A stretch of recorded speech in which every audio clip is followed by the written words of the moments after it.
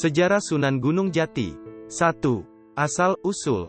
Sebelum era Sunan Gunung Jati berdakwah di Jawa Barat, ada seorang ulama besar dari Baghdad. Telah datang di daerah Cirebon bersama 22 orang muridnya. Ulama besar itu bernama Syekh Kahfi. Ulama inilah yang lebih dahulu menyiarkan agama Islam di sekitar daerah Cirebon. Al-Kisah. Putra Prabu Siliwangi dari Pajajaran yang bernama Pangeran Walangsungsang dan adiknya Rara Santang. Pada suatu malam mendapatkan mimpi yang sama. Mimpi itu terulang hingga 3 kali. Yaitu bertemu dengan Nabi Muhammad yang mengajarkan agama Islam. Wajah Nabi Muhammad yang agung dan caranya menerangkan Islam.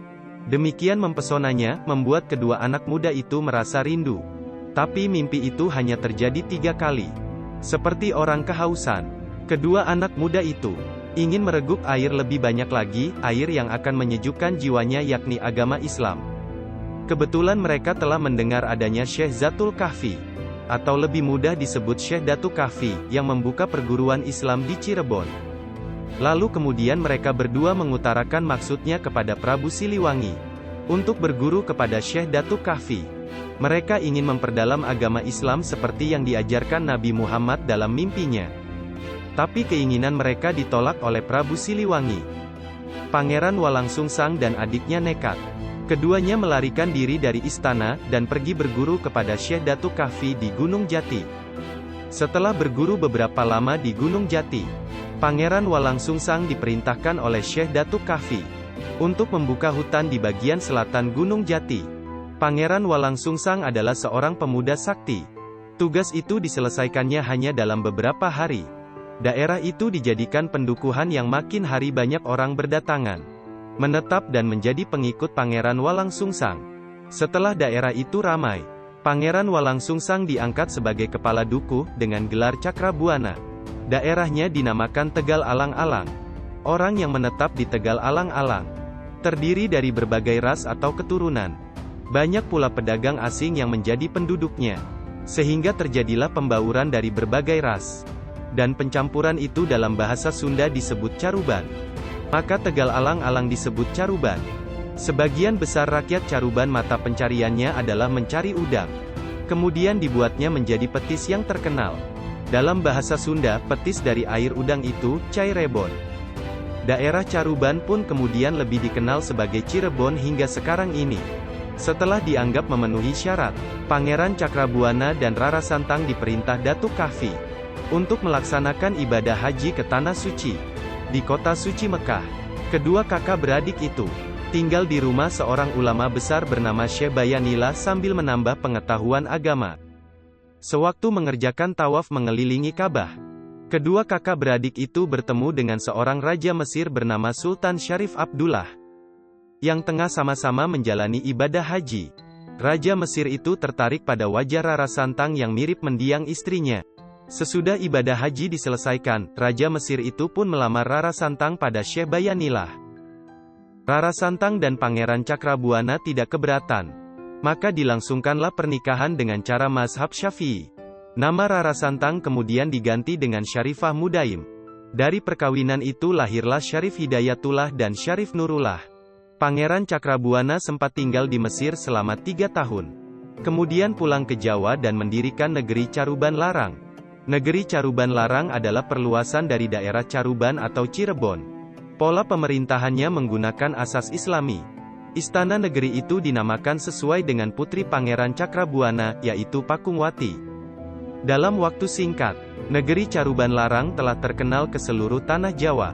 Terdengar pula oleh Prabu Siliwangi selaku penguasa daerah Jawa Barat. Setelah mengetahui negeri baru tersebut dipimpin putranya sendiri, maka sang raja tidak keberatan walau hatinya kurang berkenan. Sang Prabu akhirnya juga merestui tampuk pemerintahan putranya. Bahkan sang Prabu memberinya gelar Sri Manggana. Sementara itu, dalam usia muda, Syarif Hidayatullah ditinggal mati oleh ayahnya. Ia ditunjuk untuk menggantikan kedudukannya sebagai Raja Mesir. Tapi anak muda yang masih berusia 20 tahun itu tidak mau.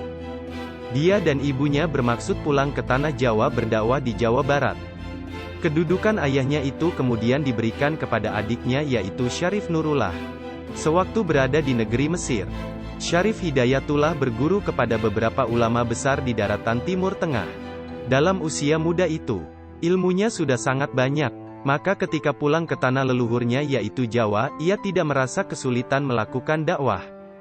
2. Perjuangan Sunan Gunung Jati. Sering kali terjadi kerancuan antara nama Fathahillah dengan Syarif Hidayatullah, yang bergelar Sunan Gunung Jati. Orang menganggap Fathahillah dan Syarif Hidayatullah adalah satu. Tetapi yang benar adalah dua orang. Syarif Hidayatullah cucu Raja Pajajaran adalah seorang penyebar agama Islam di Jawa Barat yang kemudian disebut Sunan Gunung Jati. Sedang Fathahillah adalah seorang pemuda Pasai yang dikirim Sultan Trenggana membantu Sunan Gunung Jati berperang melawan penjajah Portugis.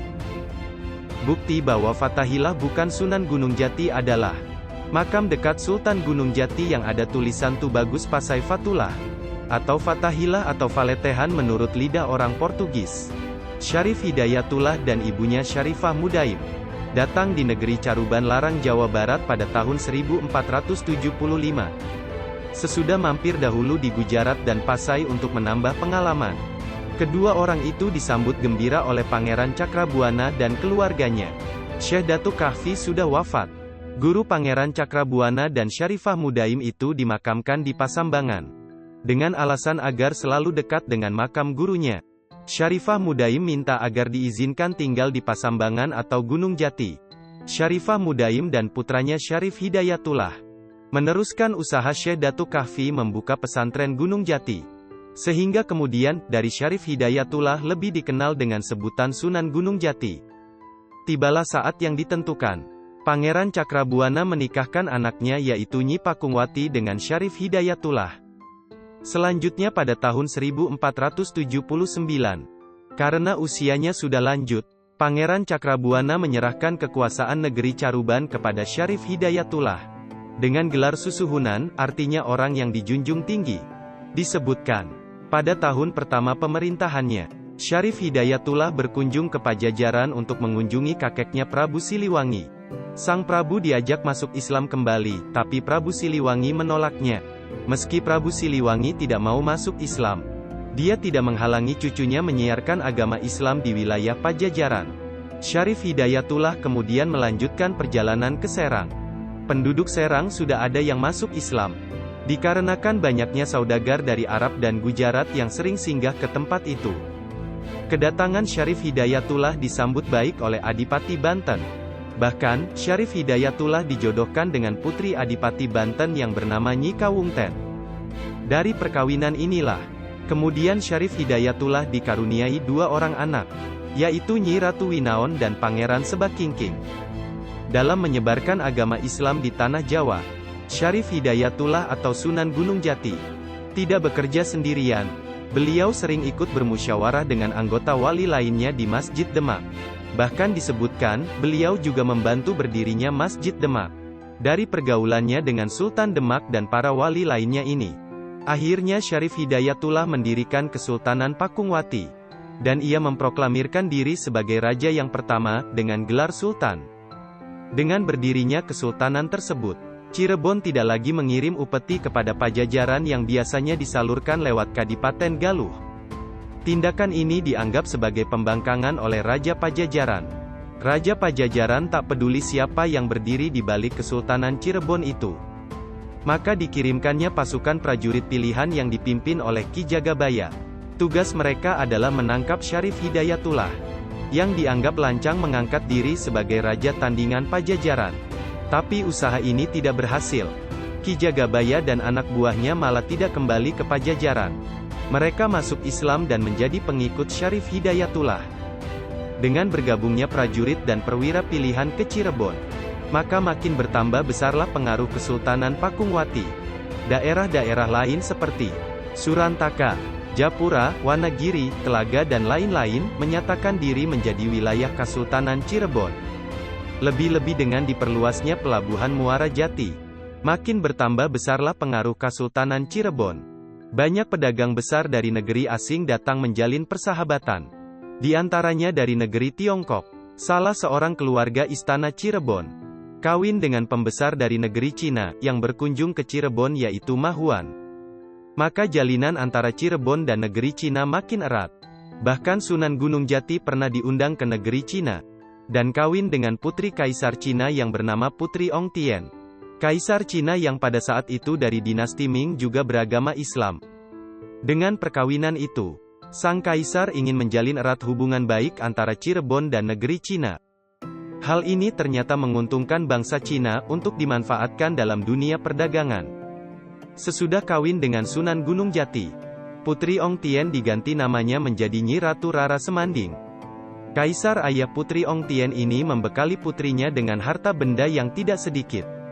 Sebagian besar barang-barang peninggalan Putri Ong Tien yang dibawa dari negeri Cina itu, sampai sekarang masih ada dan tersimpan di tempat yang aman.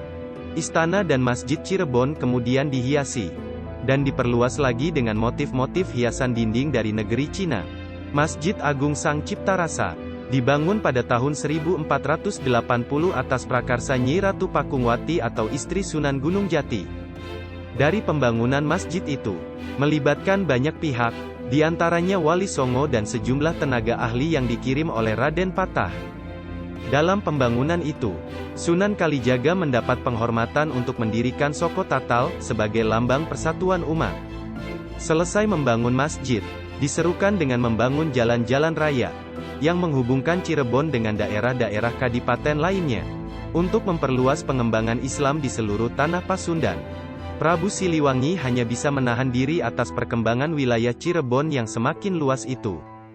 Bahkan wilayah Pajajaran sendiri sudah semakin terhimpit. Pada tahun 1511, Malaka diduduki oleh bangsa Portugis. Selanjutnya mereka ingin meluaskan kekuasaan ke Pulau Jawa. Pelabuhan Sunda Kelapa yang jadi incaran mereka untuk menancapkan kuku penjajahan. Demak Bintoro tahu bahaya besar yang mengancam Kepulauan Nusantara. Oleh karena itu, Raden Patah mengirim Adipati Unus atau Pangeran Sabranglor untuk menyerang Portugis di Malaka. Tapi usaha itu tak membuahkan hasil. Persenjataan Portugis terlalu lengkap dan mereka terlanjur mendirikan benteng yang kuat di Malaka. Ketika Adipati Unus kembali ke Jawa, seorang pejuang dari Pasai Malaka bernama Fatahillah ikut berlayar ke Pulau Jawa. Pasai sudah tidak aman lagi bagi mubalik seperti Fatahillah. Karena itu beliau ingin menyebarkan agama Islam di tanah Jawa. Raden Patah wafat pada tahun 1518. Kedudukannya digantikan oleh Adipati Unus atau Pangeran Sabranglor. Baru saja beliau dinobatkan, muncullah pemberontakan-pemberontakan dari daerah pedalaman. Di dalam usaha memadamkan pemberontakan itu, Pangeran Sabranglor meninggal dunia, gugur sebagai pejuang syahid. Pada tahun 1521, Sultan Demak dipegang oleh Raden Trenggana putra Raden Patah yang ketiga. Di dalam pemerintahan Sultan Trenggana inilah, Fatahillah diangkat sebagai panglima perang yang akan ditugaskan mengusir Portugis di Sunda Kelapa. Fatahillah yang pernah berpengalaman melawan Portugis di Malaka, sekarang harus mengangkat senjata lagi. Dari Demak, mula-mula pasukan yang dipimpinnya menuju Cirebon. Pasukan gabungan Demak Cirebon itu kemudian menuju Sunda Kelapa, yang sudah dijarah Portugis atas bantuan Pajajaran. Mengapa Pajajaran membantu Portugis? Karena Pajajaran merasa iri dan dendam pada perkembangan wilayah Cirebon yang semakin luas. Ketika Portugis menjanjikan bersedia membantu merebut wilayah Pajajaran yang dikuasai Cirebon, maka Raja Pajajaran menyetujuinya. Mengapa pasukan gabungan Demak Cirebon itu tidak dipimpin oleh Sunan Gunung Jati? Karena Sunan Gunung Jati tahu, dia harus berperang melawan kakeknya sendiri. Maka diperintahkannya Fatahillah memimpin serbuan itu. Pengalaman adalah guru yang terbaik. Dari pengalamannya bertempur di Malaka, tahulah Fatahillah titik-titik lemah tentara dan siasat Portugis. Itu sebabnya dia dapat memberi komando dengan tepat. Dan setiap serangan Demak Cirebon selalu membawa hasil gemilang. Akhirnya Portugis dan Pajajaran kalah. Portugis kembali ke Malaka, sedangkan Pajajaran cerai-berai tak menentu arahnya. Selanjutnya Fatahillah ditugaskan mengamankan Banten dari gangguan para pemberontak, sisa-sisa pasukan Pajajaran. Usaha ini tidak menemui kesulitan, karena Fatahillah dibantu putra Sunan Gunung Jati yang bernama Pangeran Sebakingking. Di kemudian hari, Pangeran Sebakingking ini menjadi penguasa Banten dengan gelar Pangeran Hasanuddin. Fatahillah kemudian diangkat segenap adipati di Sunda Kelapa. dan merubah nama Sunda Kelapa menjadi Jayakarta. Karena Sunan Gunung Jati selaku Sultan Cirebon telah memanggilnya untuk meluaskan daerah Cirebon agar Islam lebih merata di Jawa Barat. Berturut-turut Fathahilah dapat menaklukkan daerah Talaga, sebuah negara kecil yang dikuasai Raja Buddha bernama Prabu Pacukuman. Kemudian Kerajaan Galuh yang hendak meneruskan kebesaran Pajajaran lama. Raja Galuh ini bernama Prabu Cakraningrat dengan senopatinya yang terkenal yaitu Arya Kiban. Tapi Galuh tak dapat membendung kekuatan Cirebon. Akhirnya raja dan senopatinya tewas dalam peperangan itu. Kemenangan demi kemenangan berhasil diraih Fathahilah. Akhirnya Sunan Gunung Jati memanggil ulama dari Pasai itu ke Cirebon. Sunan Gunung Jati menjodohkan Fathahilah dengan Ratu Wulung Ayu.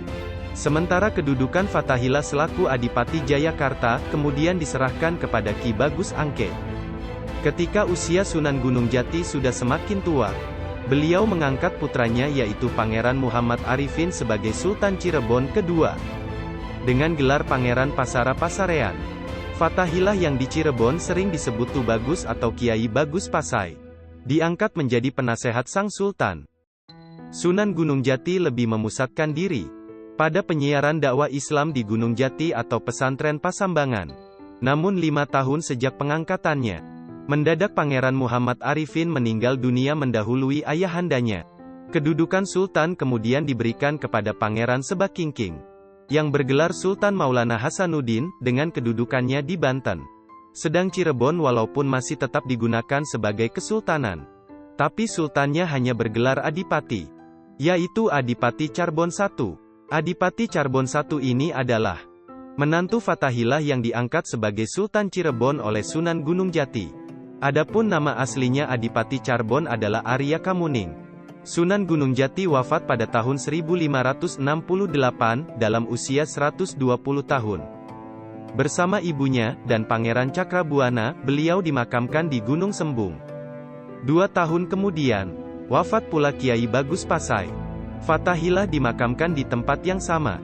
Makam kedua tokoh itu berdampingan, tanpa diperantarai apapun juga. Berikut salah satu kisah spiritual Sunan Gunung Jati. Jika ingin menjadi manusia istimewa, bergurulah kepada Muhammad. Syarif Hidayatullah merasa setengah tidak percaya terhadap amanat yang tertera dalam buku itu. Namun, dalam setiap tidurnya, ia selalu bermimpi melihat cahaya yang mengeluarkan suara. Hai Syarif Hidayatullah, dengarkanlah petunjukku. Jika engkau ingin menjadi manusia mulia, sehingga dapat mengimbangi keramat Nabi, carilah dan bergurulah kepada Muhammad. Dalam hatinya, ia merasa pedih mengenang nasibnya yang tidak berdaya, sehingga tidak ada yang dapat menuntun mengkaji ilmu. Meskipun demikian, hatinya teguh hendak menuruti petunjuk kitab dan panggilan mimpi. Ia memohon diri kepada ibunya dan sudah tak dapat dicegah lagi kemauannya. Ia tidak tertarik pada kedudukan sebagai raja. Syarif Hidayatullah mulai mengembara mencari Nabi Muhammad. Ia berziarah ke patilasan Nabi Musa dan Nabi Ibrahim di Mekah, tetapi belum juga memperoleh petunjuk. Lalu, ia salat hajat 2 rakaat, memuji Tuhan, membaca solawat Nabi, dan mengucapkan istighfar. Setelah itu, ia melanjutkan perjalanan ke Gunung Jambini. Di sana, ia bertemu dengan naga Pratala yang menderita sakit bengkak. Sang naga minta diobati, dan Syarif Hidayatullah hanya menjawab, "Jika aku benar-benar dapat bertemu dengan Nabi Muhammad, pastilah engkau sembuh." Seketika naga Pratala menjadi sembuh. Kemudian, ia memberikan sebuah cincin pusaka bernama Marembut, yang berkhasiat dapat melihat segala isi bumi dan langit. Oleh naga Pratala, Syarif Hidayatullah dianjurkan agar pergi ke Pulau Majeti Mardada, menemui pertapa di sana. Pulau Mardada dihuni oleh binatang buas dan berbisa, yang sedang menjaga sebuah keranda biduri. Di sebuah cabang kai yang tinggi, Syarif Hidayatullah melihat ada seorang pemuda bernama Syekh Nataullah sedang bertapa. Pemuda itu menjelaskan bahwa tidak ada harapan untuk menemui orang yang sudah tiada. Lebih baik berusaha mendapatkan cincin mulikat yang berada di tangan Nabi Sulaiman. Ia menjelaskan bahwa barang siapa memiliki cincin mulikat, ia akan menguasai seisi langit dan bumi, serta dihormati oleh umat manusia. Syarif Hidayatullah kemudian mengajak Syekh Nataullah bersama-sama mengambil cincin tersebut. Ketika Syarif Hidayatullah berada di makam Nabi Sulaiman, Jenazah Nabi Sulaiman seolah-olah hidup dan memberikan cincin mulikat kepadanya. Syekh Nataullah mencoba merebut cincin tersebut, tetapi tidak berhasil. Tiba-tiba meledaklah petir dari mulut Nabi Sulaiman, sehingga yang sedang mengadu tenaga memperebutkan cincin tersebut terlempar. Syekh Nataullah melesat jatuh di Pulau Jawa, sedangkan Syarif Hidayatullah jatuh di Pulau Serandil. Cerita dalam pupu ini diselingi oleh kisah Rara Santang yang merindukan Syarif Hidayatullah. Sudah 10 tahun Rara Santang ditinggal putranya. Ia selalu berdoa agar anaknya mendapat lindungan Tuhan Yang Maha Kuasa. Tiba-tiba ia mendengar suara, ujarnya. Anakmu yang muda itu akan menjadi raja, keratonnya di Bani Israel, bergelar Abdul Sapingi. Jika engkau benar-benar merindukan anakmu Syarif Hidayatullah, sebaiknya kembalilah engkau ke Pulau Jawa. Akhirnya, Rara Santang kembali ke Pulau Jawa, menantikan anaknya di Gunung Jati menuruti pesan Syekh Datuk Kahfi. Cerita kembali ke Syarif Hidayatullah yang jatuh di Gunung Surandil. Di sana, ia melihat sebuah kendi berisi air surga yang sangat harum baunya. Kendi itu mempersilahkan Syarif Hidayatullah meminumnya, karena ia hanya menghabiskan setengahnya. Kendi itu meramalkan bahwa kesultanan yang kelak akan didirikan olehnya, tidak akan langgeng. Meskipun kemudian air kendi itu dihabiskan, namun yang langgeng hanyalah negaranya, bukan raja-rajanya. Setelah berkata demikian, kendi itu pun lenyap. Syarif Hidayatullah kemudian bertemu dengan Syekh Kamarullah. Atas anjurannya, Syekh Kamarullah pergi ke Jawa dan menetap di Gunung Muria dengan gelar Syekh Ampel Denta. Dengan demikian, sudah 4 orang syekh dari Mekah yang tiba di tanah Jawa. Suatu ketika, Nabi Ilyas menyamar sebagai seorang wanita pembawa roti. Ia menawarkan kepada Syarif Hidayatullah bahwa rotinya adalah roti surga, dan barang siapa yang memakan roti itu, ia akan mengerti berbagai macam bahasa, Arab, Kures, Asi, Pancingan, Inggris, Cina, Turki. Nabi Ilyas juga memberi petunjuk bahwa, jika hendak mencari Muhammad, ikutilah seseorang yang menunggang kuda di angkasa, dialah Nabi Khidir yang dapat memberi petunjuk. Wanita pemberi petunjuk itu hilang seketika, dan tiba-tiba di angkasa tampak seorang penunggang kuda. Syarif Hidayatullah melesat ke angkasa, lalu membonceng di ekor kuda. Nabi Khidir penunggang kuda menyentakkan kudanya hingga Syarif Hidayatullah terpelanting, dan jatuh di negeri Ajrak di hadapan Abdul Sapari. Abdul Sapari memberinya 2 butir buah kalam muksan. Sebuah dimakan habis oleh Syarif Hidayatullah, dan terasa manis sekali, sementara sebuah lagi disimpan untuk lain waktu.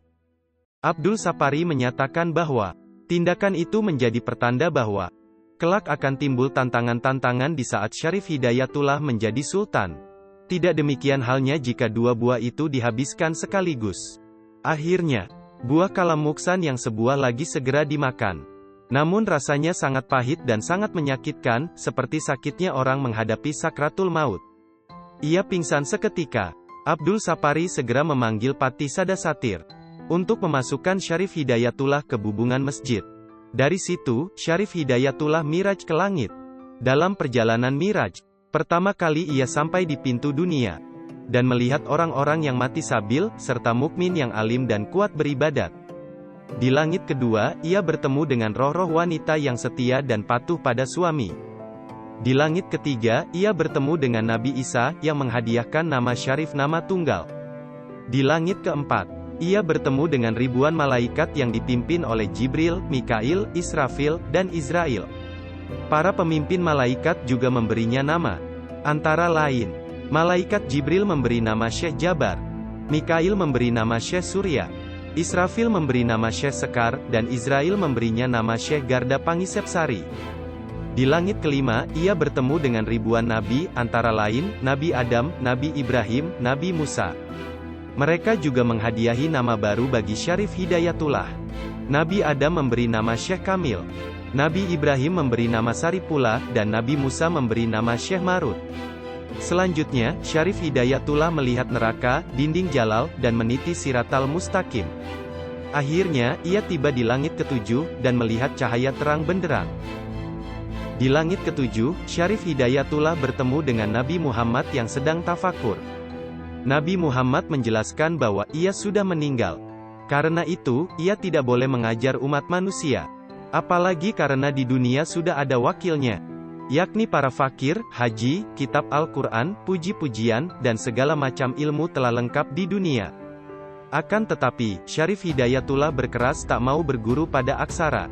Ia ingin mendengar penjelasan langsung dari Nabi Muhammad, terutama tentang makna asasi kalimat syahadat dan perbedaannya dengan zikir satari. Nabi Muhammad menjawab pertanyaan-pertanyaan Syarif Hidayatullah, dan menganugerahkan jubah akbar. Syarif Hidayatullah diperintahkan agar pergi ke Tanah Jawa, dan berguru kepada Syekh Nurjati di Gunung Jati, serta tetap memelihara dan menjaga syariat. Syarif Hidayatullah lalu turun dari langit ketujuh ke puncak Masjid Sungsang di Ajrak, dan kembali ke Gunung Jati. Di sana, ia bertemu dengan bundanya yang sudah menjadi pertapa wanita bernama Babu Dampul. Sedangkan Syekh Nurjati telah pindah ke Gua Dalam. Syekh Nurjati berusaha menghindari pertemuan dengan Syarif Hidayatullah. Ketika tamunya datang, ia meninggalkan sepucuk surat dan meminta agar Syarif Hidayatullah menyusul ke Gunung Gundul. Ia segera menyusul ke Gunung Gundul, tetapi Syekh Nurjati pergi ke Gunung Jati. Akhirnya, atas petunjuk cincin marembut, ia mencegatnya di tengah jalan. Keduanya mendiskusikan ilmu agama. Syekh Nurjati memberi nama Syarif Hidayatullah dengan nama Pangeran Charbon. Dan kelak jika sudah menjadi Sultan bergelar Sultan Jati Purba. Selesai mengutarakan pesan-pesannya, Syekh Nurjati lenyap dan tidak pernah muncul lagi sebagai Syekh Nurjati, melainkan sudah bernama Pangeran Panjunan atau Syekh Siti Jenar, dan bergelar Sunan Sasmita. Dengan perantaraan cincin marembut, Syarif Hidayat melihat kemana sebenarnya kepergian Syekh Nurjati.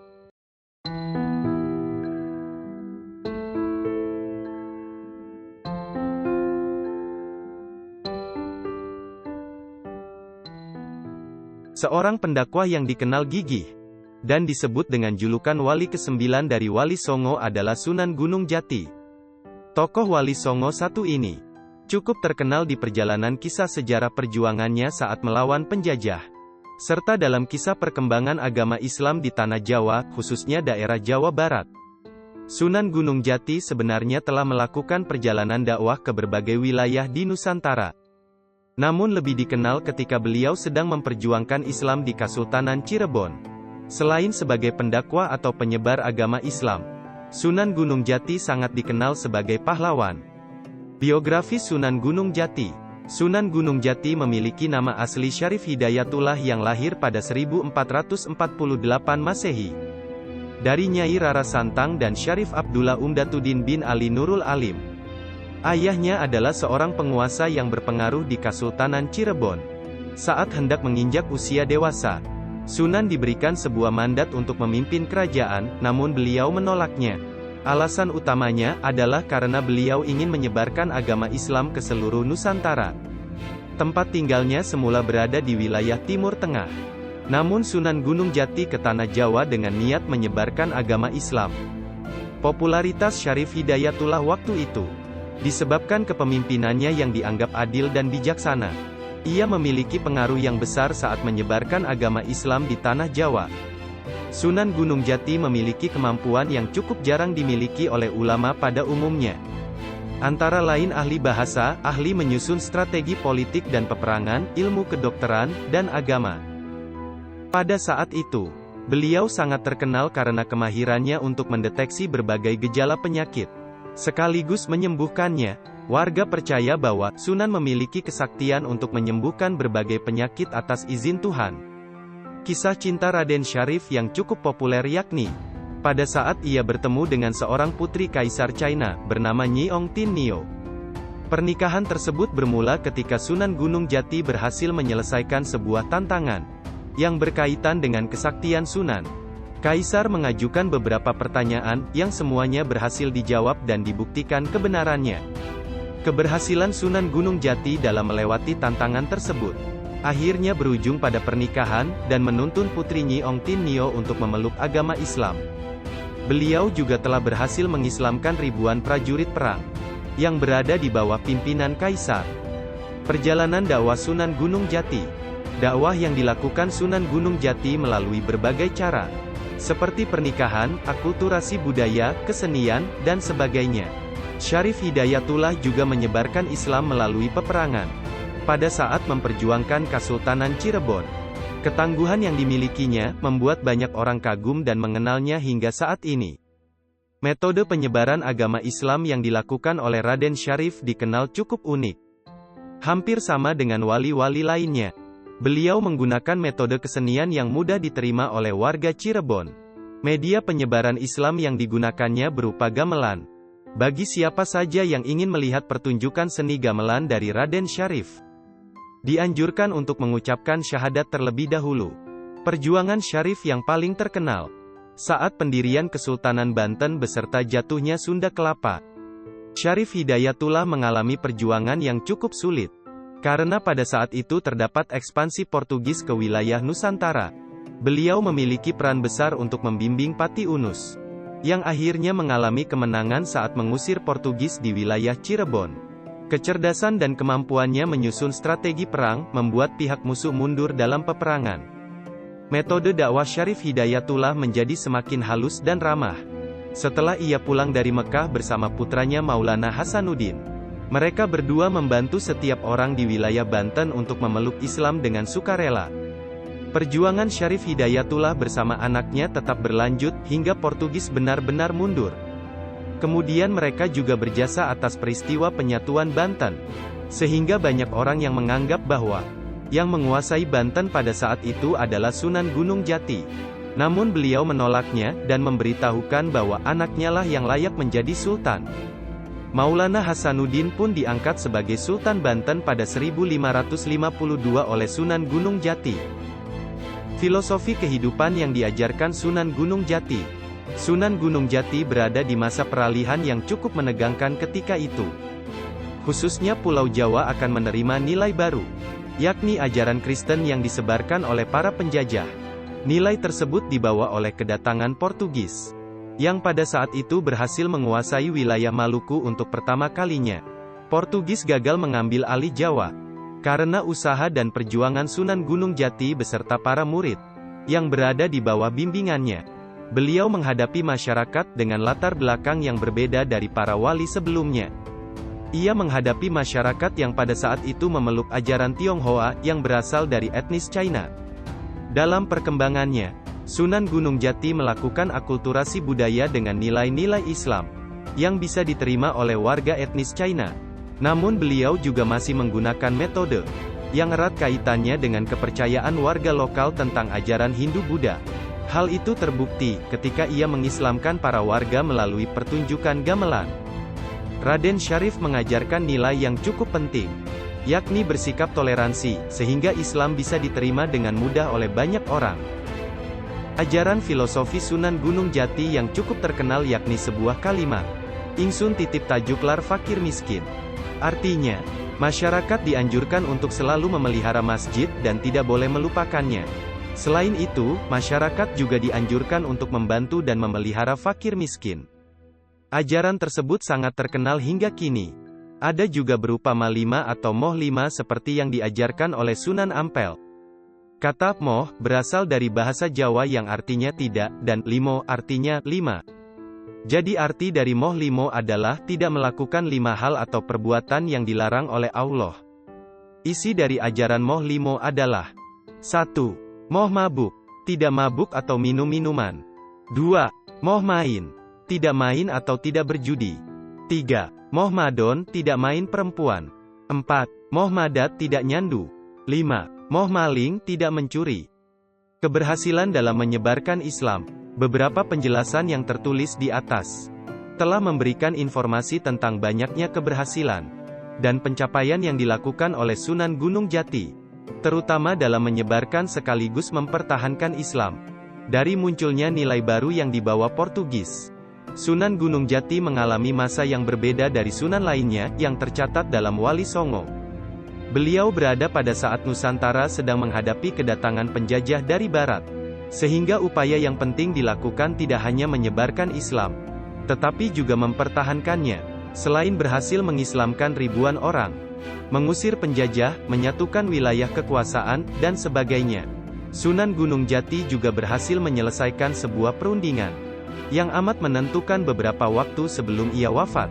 Hasil perundingan tersebut merupakan sistem pembagian kekuasaan, dan berupa pemberian gelar beserta kehidupan para penghuni di dalam Kratin.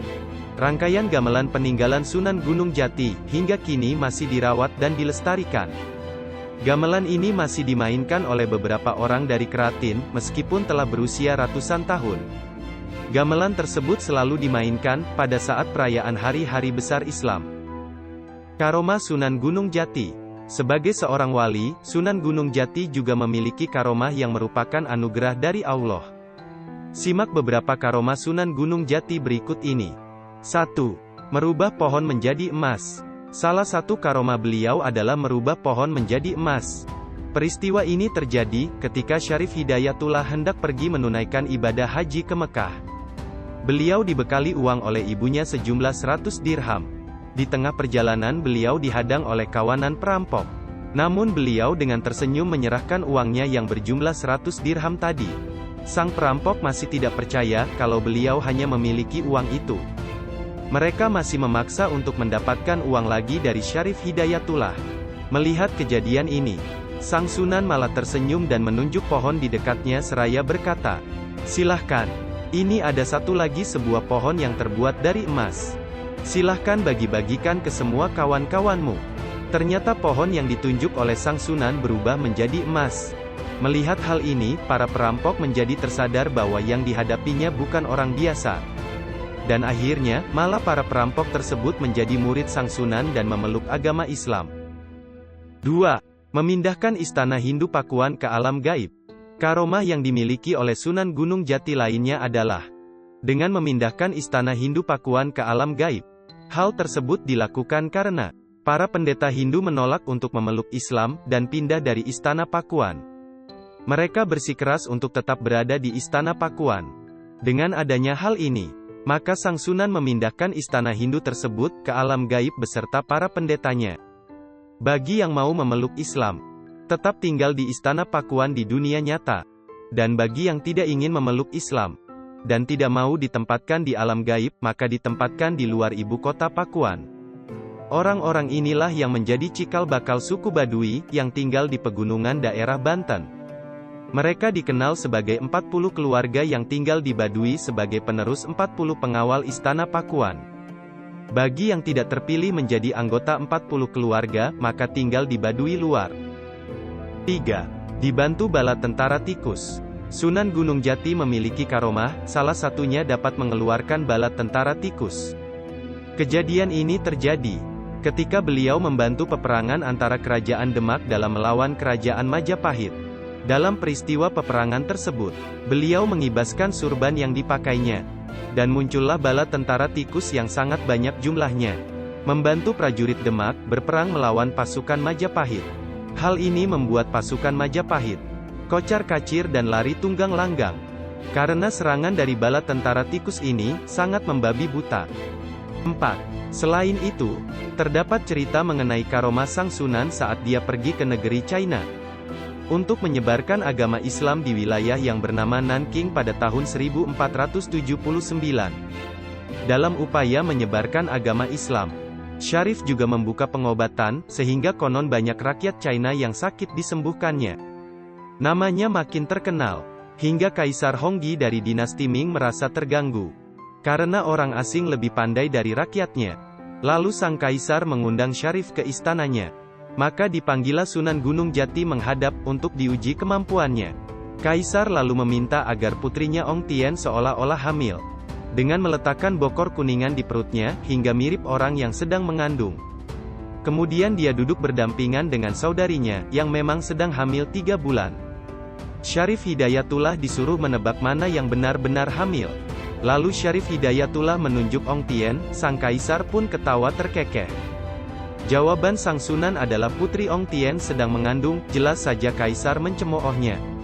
Merasa berhasil membuktikan bahwa Sunan tidak sepandai seperti yang dikatakan orang, lalu Honggi mengusir Syarif pulang ke tanah Jawa. Namun kemudian nyatanya diketahui bahwa Ong Tien memang hamil. Sang putri yang jatuh cinta kepada sang Sunan tak kuasa untuk menahan rindu, meminta izin untuk menyusul Sunan Gunung Jati yang kembali ke Cirebon. Kaisar mengizinkannya, dan meminta pelautnya untuk mengantar putrinya ke Jawa.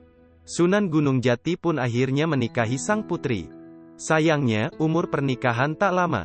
Ong Tien meninggal pada usia yang masih sangat muda, 23 tahun. Makam Sunan Gunung Jati. Sunan Gunung Jati diperkirakan berumur sampai 120 tahun. Beliau diperkirakan wafat di pertengahan abad 15, sekitar tahun 1568 Masehi. Beliau dimakamkan di sebuah bukit di daerah Cirebon. Bukit itu bernama Bukit Sembung yang khusus didirikan di pinggir kota Cirebon. Makam Sunan Gunung Jati berada di kompleks pemakaman seluas 5 hektar. Di Gunung Sembung terdapat kurang lebih 500 makam. Di lokasi ini, terdapat juga makam istri Sunan Gunung Jati, yaitu Putri Ong Tien Nio, Nyi Ratu Rara Semanding. Makam Sunan Gunung Jati selalu ramai dikunjungi oleh para peziarah. Mereka berdatangan dari berbagai wilayah di Cirebon, Jawa Barat atau daerah Jawa lainnya. Khususnya pada malam Jumat Kliwon, suasana makam akan sangat ramai dengan para peziarah. Pada bulan Maulid, pusaka-pusaka keraton akan diarak dari keraton melalui alun-alun pada perayaan Panjang Jimat. Komplek makam Sunan Gunung Jati terdapat 2 area bukit, yaitu Bukit Sembung dan Bukit Gunung Jati yang hanya berjarak ratusan meter.